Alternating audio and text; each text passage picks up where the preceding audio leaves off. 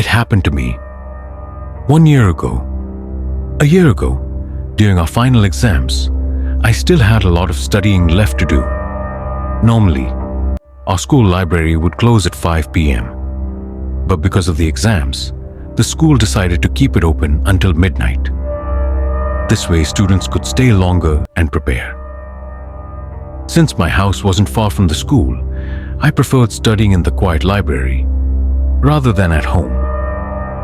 That evening, I left my house around 6 and reached the library to study. I got so absorbed in my studies that I lost track of time. When I finally looked at the clock, it was already 10 p.m. I had never stayed in the library that late before. Usually, I would leave around 8 p.m. and even then, there would still be some students around.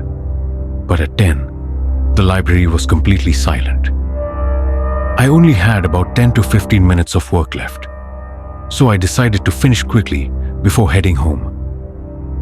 I was deeply focused when suddenly I heard the sound of someone limping. I felt a chill run down my spine.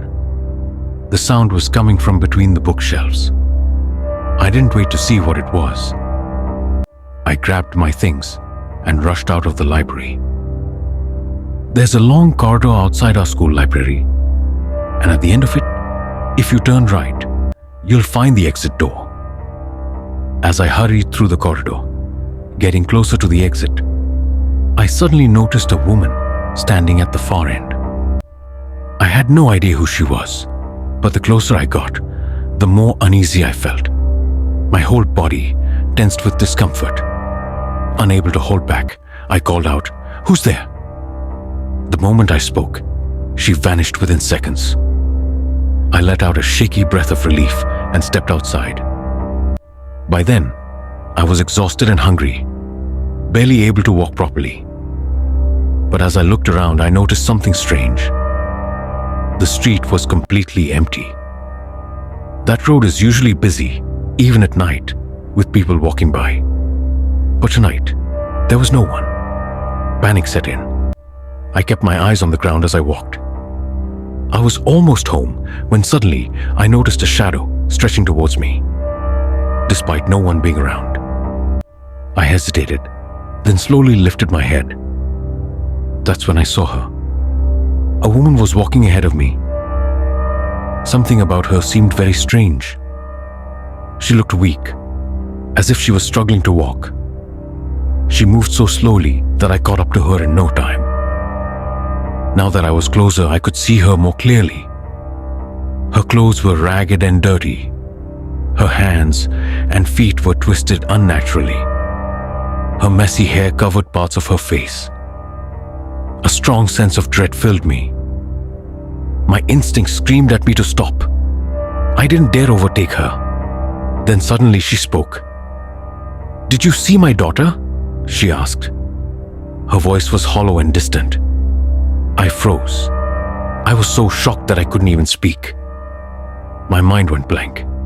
She kept staring at me, waiting for an answer. Terrified, I shakily pointed far into the distance and whispered, "She's over there." Without another word, the woman turned and limped toward the direction I had pointed. She walked so far away that I eventually lost sight of her. But fear still gripped me. What if she came back? What if she appeared in front of me again? I ran, as fast as I could. My only thought was to find someone, anyone, who could help me. A car, a person, anything. Then from far away I heard her scream, "She's here!" That was the last thing I remembered. When I regained consciousness, I was at home. My neighbor told me he had found me passed out on the street and had brought me back. Later, I learned a chilling truth. In 1998, there was a woman named Agatha. She was 32 years old and had a 10-year-old daughter who studied at Eden Hill School, the same school I attended.